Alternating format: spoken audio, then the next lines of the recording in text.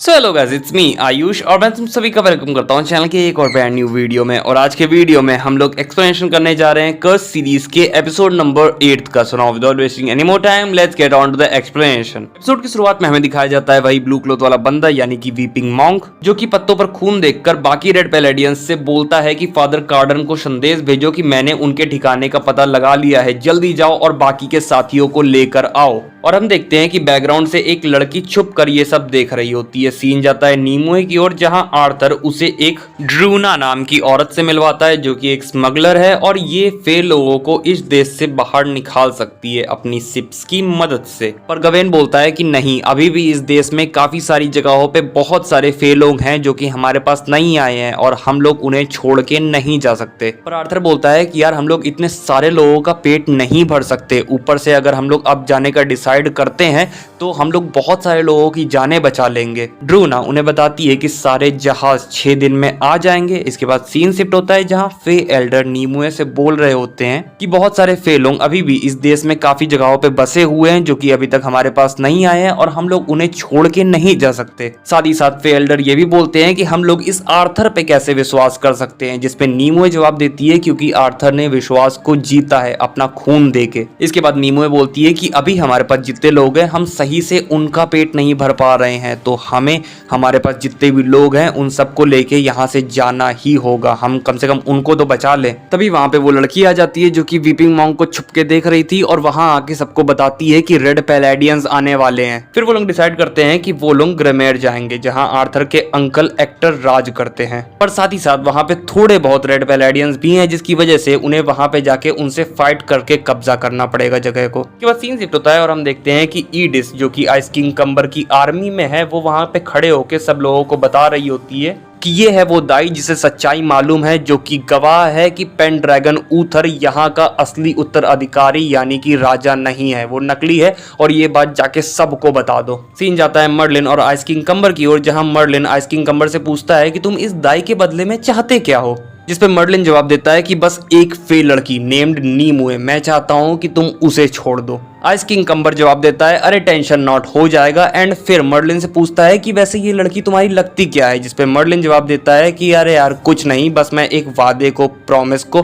पूरा कर रहा हूँ। फिर आइस किंग कम्बर मर्लिन से खाना खाने के लिए बोलता है। मर्लिन वहां पे रेड पैलेडियंस को देखता है जिसकी वजह से वो आइस किंग कम्बर से पूछता है कि ये यहाँ क्या कर रहे हैं। कम्बर बताता है उनका एक खास मेहमान आया है और वो मेहमान कार्डन होता है। सीन जाता है ऊथर की ओर, जहां वो अपनी माँ के पास आके उनसे बोलता है कि आपकी वजह से अब मैंने मर्लिन और वो तलवार दोनों को गवा दिया है और अब तो लोग ये भी बोल रहे हैं कि ऊथर असली राजा नहीं है, ऊथर नकली राजा है। फिर ऊथर अपनी माँ से सच्चाई पूछता है एंड उसकी माँ उसे बताती है कि यस, तुम मेरे असली बेटे नहीं हो, मैंने तुम्हें खरीदा था। महारानी बताती है कि ओरिजिनली तो उनका रूलर बनने का मन था, पर ये जो कंट्री है ये सिर्फ मेल रूलर को एक्सेप्ट करती है, जिसकी वजह से महारानी को ऊथर को खरीदना पड़ा। और फिर महारानी ऊथर से बोलती है कि पर इन सब चीजों के बावजूद अभी भी मैं तुम्हारी राजमाता हूँ, तो जो मैं बोलूंगी तुम्हें वो मानना होगा। और फिर ऊथर बोलता है कि अगर मैं मरा तो आप भी मरोगी। सीन जाता है मर्लिन की ओर, जहां कार्डन कम्बर को मैप दिखाता है तो कम्बर कार्डन से बोलता है कि यहाँ राजा को चर्च के हिसाब से चलना पड़ता है, जिसपे कार्डन जवाब देता है कि जो चर्च के हिसाब से चलता है उसकी जीत होती है और जो फे पुजारियों के हिसाब से चलता है उसका ऊथर जैसा हाल हो जाता है। फिर मर्लिन और कार्डन की थोड़ी नोकझोंक होती है, जिसके बाद कार्डन कम्बर से पूछता है कि आप किसके हिसाब से काम करेंगे, जिसका कम्बर जवाब देता है कि मैं अपने हिसाब से काम करूंगा। फिर सीन शिफ्ट होके वीपिंग मॉन्क के ऊपर जाता है जो कि फे लोगों के अड्डे नेमोस में आ चुका होता है, पर वहां पे उसे कोई नहीं मिलता। सीन जाता है नीमुए की ओर, जहां वो रेड पैलेडियंस पर अटैक करने के लिए जंगल से बाहर आती है। एक रेड पैलेडियन उसे देख लेता है, वो नीमुए को मारने के लिए उसके पीछे कुछ सैनिक भेजता है, पर नीमुए सबको जंगल में ले जाकर अपनी पावर्स का इस्तेमाल करके सबको जान से मार डालती है। फिर नीमुए जंगल से बाहर आकर किले में आ जाती है और सारे रेड पैलेडियंस को बोलती है कि अपने हथियार गिरा दो। दूसरी ओर गवेन की तरफ काजे किले के ऊपर जाने के लिए रास्ता ढूंढ रही होती है।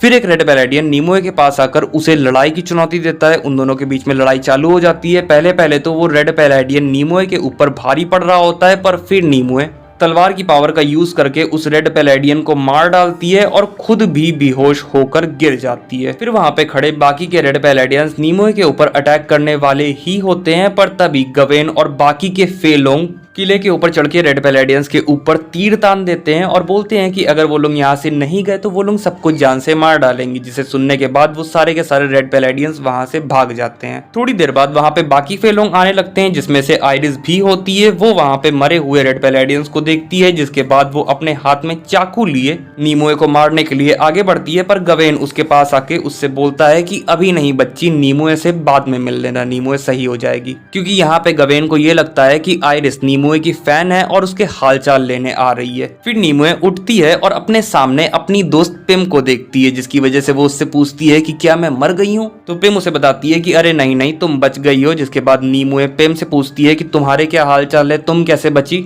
जिसके बाद पिम उसे बताती है कि जब मुझे पकड़ लिया गया था तब मैंने सही टाइम देख के वहां से भाग गई थी, भाग के कुछ लुटेरों के साथ मिल गई थी, फिर मुझे रेड पैलेडियंस ने फिर से पकड़ लिया और अब मैं यहाँ हूँ तुम्हारे साथ। फिर नीमोए अपने हाथ को देखती है और उसे वही पास्ट याद आता है जो कि उसे मर्लिन के पास्ट में दिखा था। सीन जाता है आर्थर की ओर, जहाँ वो अपनी आंट से मिलने जाता है और वहाँ सर एक्टर यानी कि उसके अंकल उससे पूछते हैं कि कहाँ है वो चोरी की तलवार। आर्थर बोलता है कि मैं यहाँ लड़ने नहीं आया हूँ। तो सर एक्टर उससे पूछते हैं कि फिर यहाँ किस लिए आए हो, अपना सम्मान कराने। आर्थर बोलता है कि मैं ये बताने आया हूँ कि हम सब यहाँ पे सिर्फ 6 दिन तक रुकेंगे। फिर सर एक्टर बोलते हैं कि मैंने सुनी है उन सब की बातें, वो सब उसे फेक क्वीन बुलाते हैं, फालतू की बातें, वो लड़की सिर्फ एक किसान है जिसके ऊपर इनाम है। फिर आर्थर अपनी तलवार निकालने वाला होता है पर रुक जाता है और बोलता है कि एक शब्द और नहीं, और आप उसे कभी नहीं समझ पाओगे। फिर सर एक्टर बोलते हैं कि हाँ, और मैं उसे समझना भी नहीं चाहता, पर मैं तुम्हारी फेक क्वीन से बात जरूर करना चाहूंगा। फिर सीन जाता है मॉर्गन की ओर, जहां उसे बेल टावर के नीचे एक मरा हुआ आदमी दिखता है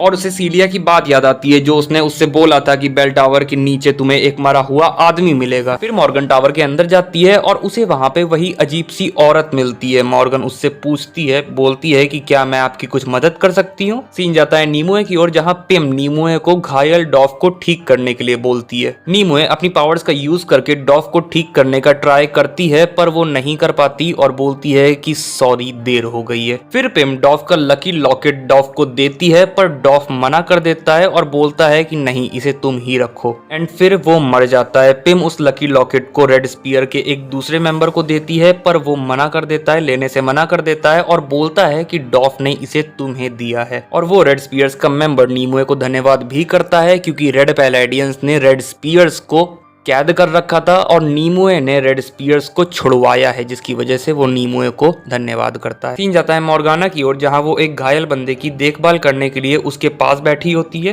फिर वो उठकर हाथ धोने जाती है और वो महसूस करती है कि उसके पीछे कुछ है, और जब मॉर्गाना पीछे मुड़ के देखती है तो उसे देखने को मिलता है कि वो भूत टाइप की आकृति उस इंजर्ड पर्सन के पास आई है। वो भूत भी मॉर्गाना को देख लेता है पर मॉर्गाना उससे डर के अपने हाथ धोना कंटिन्यू रखती है। फिर वो भूत मॉर्गाना के पास आता है, उसे देखता है पर मॉर्गाना उसे नहीं देखती, इग्नोर करने की एक्टिंग कर रही होती है। फिर वो भूत उस घायल बंदे के पास जाता है, वो घायल बंदा चिल्लाने लगता है, जिससे हमें ये मालूम पड़ता है कि शायद ये भूत टाइप की आकृति एक्चुअल में डेथ है जो कि उस घायल बंदे की जान लेने आई है। एनीवेज फिर मॉर्गाना उस बंदे के पास जाकर देखती है पर वहां पर और कोई नहीं होता, बस वही घायल बंदा होता जो कि मोस्ट प्रोबेबली अब मर चुका है। इसके बाद सीन शिफ्ट होता है और हम देखते हैं कि महारानी ऊथर के साथ फादर कार्डन से मिलने आई होती हैं। Because to beat a devil you must make a deal with one. और फादर कार्डन भी बोलते हैं कि हम दोनों के दुश्मन सेम हैं। इसके बाद सीन शिफ्ट होकर जाता है कंबर की ओर, जहां अब हमें मालूम पड़ता है कि ईडिस एक्चुअल में आइस किंग कंबर की बेटी है। वो अपने फादर के पास आके उन्हें बताती है कि हमने दाई माँ की मदद से काफी सारे गाँव में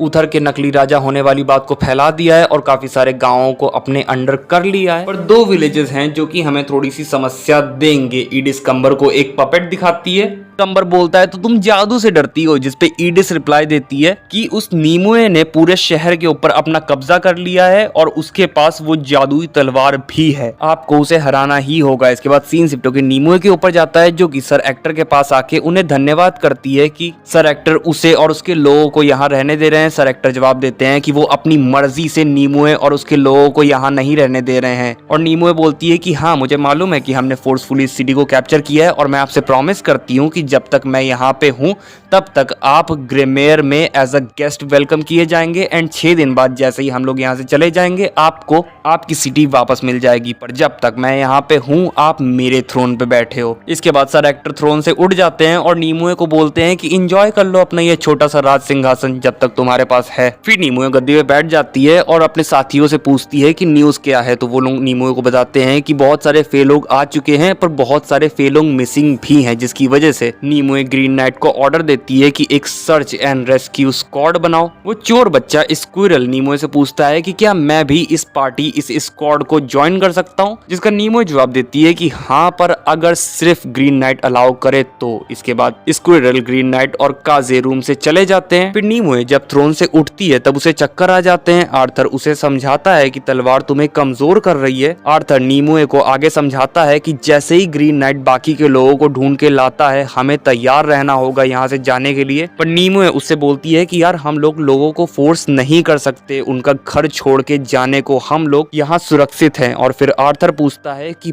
पर कब तक। नीमोए और आर्थर के बीच में थोड़ी और आर्ग्यूमेंट होती है जिसकी वजह से आर्थर गुस्सा होकर वहां से चला जाता है। सीन जाता है मर्लिन की ओर जहां उसके पास एक ब्लैक क्रो मैसेज लेकर आता है। फिर वो जंगल में जाता है जहां उसे उसकी दोस्त विडो दिखती है जो कि मर्लिन को बताती है कि नीमोए का नाम दे दिया गया है, यानी कि नीमोए जल्दी ही मरने वाली है। और जब ये विडो अपना घूंघट उतारती है तब हमें देखने को मिलता है कि ये तो सामने नीमोए का ही चेहरा है, पर ये नीमोए नहीं है क्योंकि ये जो विडो है इसका खुद का कोई चेहरा नहीं है, जिसकी वजह से ये दूसरों के चेहरे लगा रखती है और अभी इसने नीमोए का चेहरा लगा रखा है। और जब वो अपना घूंघट वापस से ओढ़ती है तब हमें कुछ समय के लिए देखने को मिलता है। हम लोग नोटिस करते हैं कि ये विडो एक्चुअल में वही घोस्ट यानी कि वही डेथ है। फिर मर्लिन तुरंत कंबर के पास आके उससे पूछता है कि नीमोए यहाँ सुरक्षित तो रहेगी ना। पर कंबर बोलता है कि उस नीमोए के पास वो सॉर्ड है जिसकी वजह से अब वो हमारी दुश्मन है। फिर मर्लिन तुरंत घोड़े पे सवार होके वहां से चला जाता है और वो मछुआरा भी उसके पीछे जाता है। सीन जाता है ग्रीन नाइट की ओर जहां वो देखता है कि बहुत से फेलोग मरे पड़े होते हैं और अचानक से वो ब्लू क्लॉथ वाला बंदा यानी कि विपिंग मॉन्क आकर ग्रीन नाइट के ऊपर अटैक कर देता है। इसके बाद विपिंग मॉन्क और ग्रीन नाइट के बीच में फाइट चालू हो जाती है